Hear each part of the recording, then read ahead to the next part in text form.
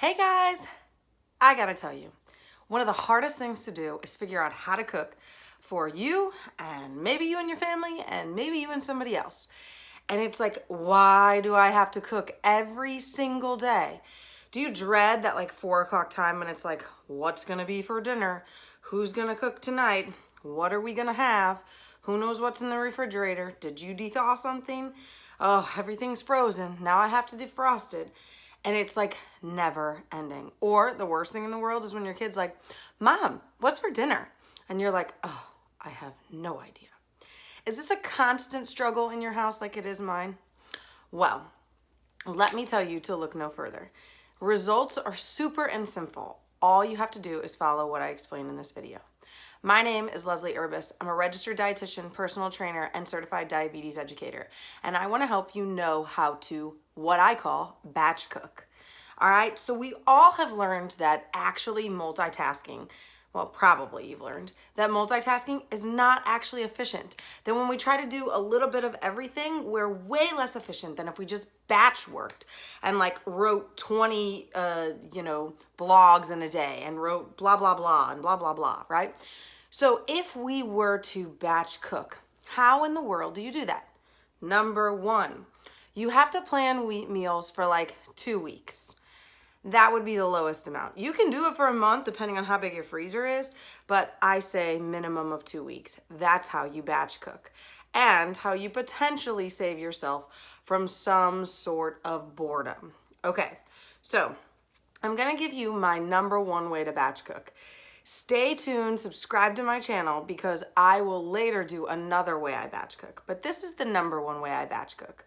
So let's say you work your typical Monday through Friday job. Now I get it, maybe right now with the way the crazy times are, you don't have to go into work, but you're still working, so you're still struggling with what do I cook and when.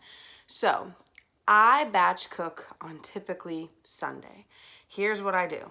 I get myself up, I go to the grocery store, I bring all of the food back home, and then I start my batch cooking. So let's just say, for the sake of being simple, my 5 meals I have chosen to do are chicken, veggies, and rice, spaghetti and meatballs, pork chops, noodles, let's make pork chops and homemade mac and cheese.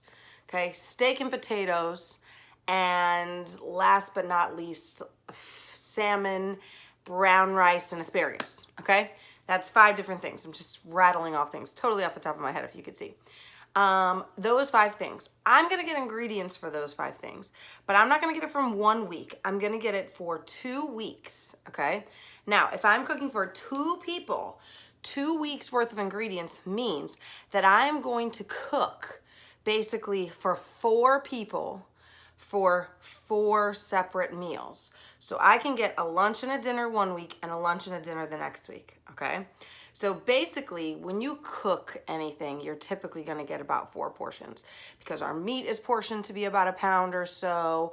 Our pastas and rice are portioned to have about 4 in a box, sometimes a little bit more depending on the box size you get if you're a Costco shopper, but that's what you're looking for. So if you are looking into those things, or doing those things, and you're getting servings of 4, you automatically know you just double it. And why? So you only have to do it every 2 weeks, okay?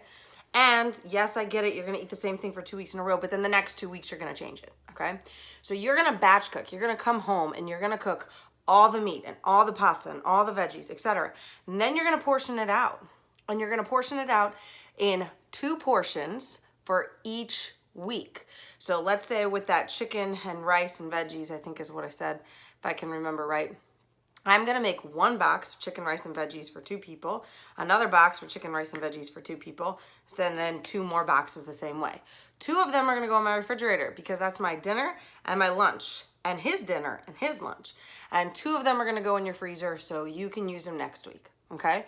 Now, my suggestion to you is to make sure that you fully cook the rice and the meat, but don't fully cook the vegetables. You could even leave them in there fresh and not cook them, and then cook them in the thawing process, and they will taste immensely better, okay? So those are my suggestions on that kind of thing. But batch cooking just takes more time, more ingredients, and more prep. But you have to have a bigger freezer, you have to have a bigger refrigerator, and you have to be comfortable with eating the same thing 2 weeks in a row. If any of that doesn't sound like you, maybe that sort of batch cooking is not right for you, and we need to discuss the other way. So stay tuned. Definitely subscribe to learn the other way, which will be coming up in the near future.